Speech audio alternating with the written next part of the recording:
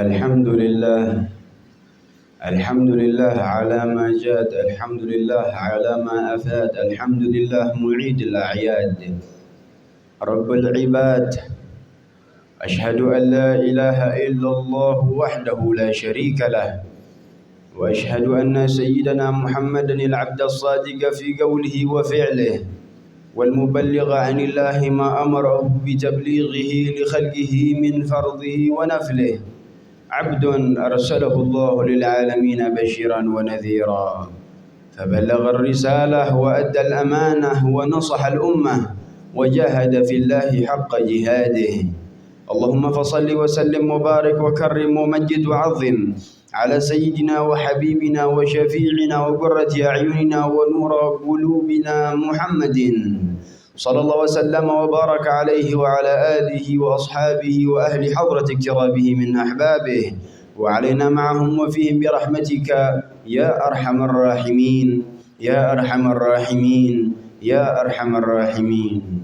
أما بعد عباد الله، فإني أوصيكم ونفسي بتقوى الله، فإن تقوى الله الذي لا يقبل غيرها ولا يرحم إلا أهلها ولا يثيب إلا عليها. قال عز من قائل كريم: أعوذ بالله من الشيطان الرجيم، بسم الله الرحمن الرحيم، يا أيها الذين آمنوا اتقوا الله حق تقاته ولا تموتن إلا وأنتم مسلمون. Hadirin sidang jamaah salat Jumat yang dirahmati Allah Subhanahu wa taala. Allah Subhanahu wa taala mengajarkan kepada kita tentang syiar-syiar Islam, tentang hal-hal yang dibawa dan diajarkan oleh Sayyidina Muhammad untuk bisa merubah kepribadian kita menjadi pribadi yang lebih baik, merubah akhlak budi pekerti kita menjadi budi pekerti yang suri seperti Nabi Muhammad sallallahu alaihi wasallam. Oleh karenanya Allah Subhanahu wa taala mengajarkan kepada kita bahwasanya jika kalian ingin mendapatkan keselamatan, kalian ingin mendapatkan kesejahteraan, kalian ingin mendapatkan kenyamanan, ketenangan serta kemenangan, maka kalian harus berpegang teguh dengan talinya Allah Subhanahu wa taala.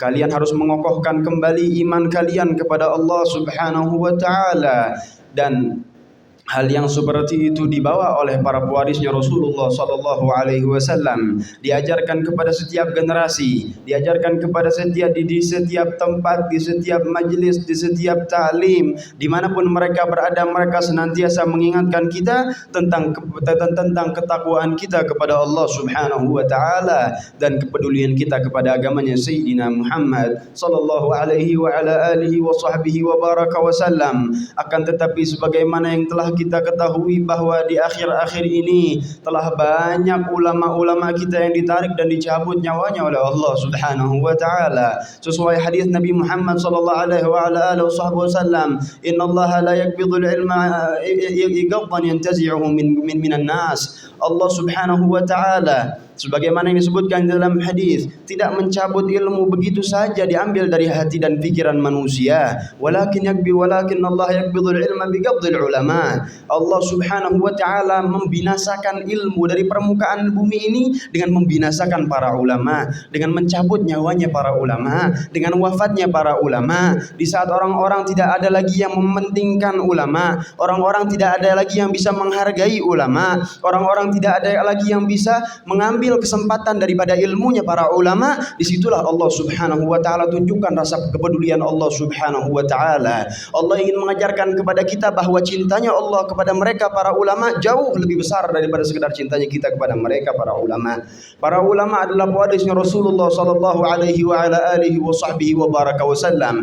Mereka adalah penopang umat Islam. Mereka adalah kokoh, tiang yang mengokohkan benteng umat Islam. Mereka yang memperbaharui agama Islam menjadi agama yang modern, agama yang menjunjung tinggi tentang kemodernan agama yang menjunjung tinggi tentang keistimewaan dan tentang kecintaan, tentang toleransi dan tentang hal-hal yang bersangkut paut dengan akhlak budi pekertinya Nabi Muhammad seperti apa yang diajarkan sama Allah, budi pekertinya yang baik. Wa innaka la'ala khuluqin azim. Allah Subhanahu wa taala berfirman di dalam Al-Qur'an, di dalam memuji Nabi Muhammad sallallahu alaihi wasallam, sungguh engkau wahai Muhammad berada di puncak budi pekerti yang baik. Saya hadirin sidang jamaah salat Jumat yang dirahmati Allah Subhanahu wa taala. Diceritakan suatu ketika Sayyidina Umar berkumpul dengan para sahabatnya di dalam sebuah ruangan. Kemudian Sayyidina Umar berkata, "Tamannau." Berangan-anganlah kalian. Kemudian salah seorang sahabat berkata, "Ya Rasulullah, wahai Sayyidina Umar, aku berangan-angan seandainya Allah Subhanahu wa taala penuhi di dalam ruangan ini kepingan emas sehingga bisa aku infakkan di dalam berjihad di jalan Allah Subhanahu wa taala. Bisa aku sedekahkan untuk para fakir miskin. Bisa aku berikan untuk memfasilitasi kebutuhan-kebutuhan umat muslimin. Bisa aku berikan kepada untuk memberikan fasilitas-fasilitas di dalam jihad untuk orang-orang muslim, untuk sahabat-sahabatnya Rasulullah sallallahu alaihi wa ala alihi wa sahbihi wa baraka wasallam wa hakadha." Kemudian yang kedua berkata, "Wahai Sayyidina Umar, aku berharap seandainya Allah Subhanahu wa taala berikan suatu ruangan ini peralatan perang penuh, dalam satu ruangan ini peralatan perang yang aku infakkan di dalam jihad di jalan Allah Subhanahu wa taala." Kemudian sahabat bertanya, "Wahai Sayyidina Umar, sekarang giliran kamu, berangan-anganlah wahai Sayyidina Umar, apa angan-angan kamu?" Sayyidina Umar berkata, "Tamannait." Aku berangan-angan seandainya Allah penuhi dalam satu ruangan ini orang-orang yang jiwanya seperti jiwanya Sayyidina Khalid bin Walid. Orang-orang yang siasat perangnya, yang ilmunya, yang akhlaknya, yang budi pekertinya baik seperti Sayyidina Abu Ubaidah bin Jarrah, seperti Sayyidina Abu Hudzaifah bin Yaman. Sayyidina Umar mengetahui betul tentang pondasi umat Islam, kekokohan umat Islam, keteguhan umat Islam, kejayaan umat Islam tergantung pada ulama-ulamanya, tergantung pada sosok-sosoknya yang mengambil ilmunya dan sanadnya yang terus bersambung kepada Rasulullah sallallahu alaihi wa baraka wasallam. Maka hadirin sidang jamaah salat Jumat yang dirahmati Allah Subhanahu wa taala, kita minta kepada Allah Subhanahu wa taala, Allah berikan kepada kita kejayaan dengan kejayaan para pemimpin-pemimpin kita. Allah berikan kita pemimpin yang berpotensi memberikan keadilan kepada kita. Allah berikan kepada kita pemimpin yang berpotensi memberikan kemajuan kepada tanah air kita. Allah berikan kita pemimpin yang berpotensi mendeklarasikan tentang, menyanjung tinggi tentang Pancasila di dalam negeri kita. Allah berikan kita pemimpin yang adil, yang sejahtera, yang mensejahterakan rakyatnya. Kita minta kepada Allah Subhanahu wa taala agar Allah Subhanahu wa taala segera angkat bala yang Allah Subhanahu wa taala turunkan di tengah-tengah negeri yang kita cintai ini, baik di negeri kita dan di seluruh penjuru bumi, khususnya pada ikhwanana fi Palestin, saudara-saudara kita yang ada di Palestina. Allah Subhanahu wa taala segera angkat segala macam bencana dan ujiannya oleh Allah Subhanahu wa taala. Allah berikan mereka ketenangan seperti mana Allah memberikan kepada ketenangan itu kepada kita. Allah berikan kejayaan seperti Allah berikan kepada kita. Allah berikan mereka kemerdekaan seperti di mana Allah memberikannya kepada kita. Hadirin sidang jamaah salat Jumat yang dirahmati Allah Subhanahu wa taala. Inna ahsanal kalam kalamullah al-malikul alam. Wallahu Subhanahu wa taala yaqulu biqaulihi yahtadul muhtadun jalla fi ula. Wa idza quriya al-Qur'anu fastami'u lahu wa ansitu la'allakum turhamun. A'udzu billahi minasy syaithanir rajim. Bismillahirrahmanirrahim. Inna a'tainakal kautsar fasalli li rabbika wanhar. Inna syani'aka huwal abtar. Barakallahu wa lakum fil Qur'anil azim wa nafa'ani wa iyyakum bima fihi minal ayati wa dzikril hakim wa taqabbala minni wa minkum tilawatahu innahu huwas samiul alim. Aqulu qawli hadza wa astaghfirullahal azim li wa lakum fastaghfiruhu innahu huwal ghafurur rahim. Allahumma shalli wa sallim ala sayyidina Muhammad وعلى آله سيدنا محمد.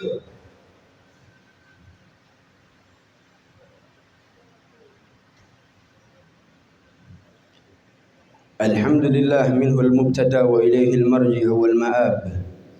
أشهد أن لا إله إلا الله وحده لا شريك له وأشهد أن سيدنا محمدا عبده ورسوله هادينا وإياكم إلى أقوم صواب. اللهم فصل وسلم وبارك وكرم ومجد وعظم على سيدنا محمد نورك الساري ومددك الجاري، واجمعني بهما في دارك الأطوار وعلى آله وصحبه يا نور. أما بعد عباد الله، فإني أوصيكم وإياي بتقوى الله، فإن تقوى الله الذي لا يقبل غيرها ولا يرحم إلا أهلها ولا يثيب إلا عليها. والله سبحانه وتعالى أمرنا بأمر بدأ فيه بنفسه وثنى بملائكته المسبحة بقدسه وأيدها بالمؤمنين تعميما، وقال مخبرا لكم وآمرا لكم تكريما: إن الله وملائكته يصلون على النبي يا أيها الذين آمنوا صلوا عليه وسلموا تسليما. اللهم فصل وسلم وبارك وكرم ومجد وعظم على سيدنا وحبيبنا وشفيعنا وقرة أعيننا ونور قلوبنا محمد وعلى آله والأصحاب، صلاة وسلاما ترفع بهما بيننا وبينه الحجاب، وتدخلنا بهما عليه من أوسع باب، وتسكننا بهما بيده الشريفة عذاب الكؤوس من أحلى شراب. اللهم اغفر للمسلمين والمسلمات والمؤمنين والمؤمنات الأحياء منهم والأموات، إنك سميع قريب ومجيب الدعوات. يا قاضي الحاجات اقضي حاجاتنا وحوائج المسلمين في شتى الأرض ومغاربها يا رب العالمين، عن بلدنا هذا إندونيسيا خاصة، وعن بلدان وعن إخواننا في فلسطين وعن سائر بلدان المسلمين عامة يا رب العالمين. اللهم أذل الكفار والمشركين، اللهم انصر من نصر الدين، اللهم أهلك الكفرة والمشركين، اللهم انصر إخواننا في فلسطين، اللهم دمر أعداءك أعداء الدين، اللهم انصر جيوش المسلمين. اللهم إنا نسألك من خير ما سأله من عبدك ونبيك سيدنا محمد، ونعوذ بك من شر ما استعاذه منه عبدك ونبيك سيدنا محمد. اللهم ربنا آتنا في الدنيا حسنة وفي الآخرة حسنة وقنا عذاب النار. عباد الله، إن الله يأمر بثلاث وينهى عن ثلاث: إن الله يأمر بالعدل والإحسان وإيتاء ذي القربى وينهى عن الفحشاء والمنكر والبغي يعظكم لعلكم تذكرون، فذكروا الله العظيم يذكركم واشكروه على نعمه يزدكم ولذكر الله أكبر. أقم الصلاة.